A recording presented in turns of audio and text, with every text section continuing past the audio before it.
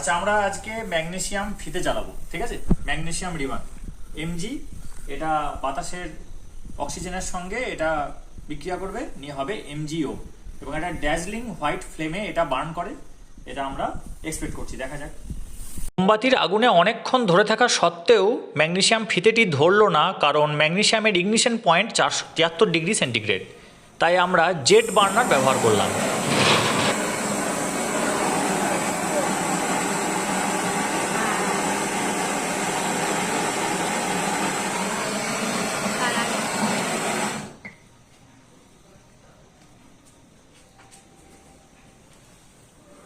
Magnesium ফিতে দিয়ে আরও ভালো ভালো বিক্রিয়া নিয়ে আপনাদের সামনে হাজির হব।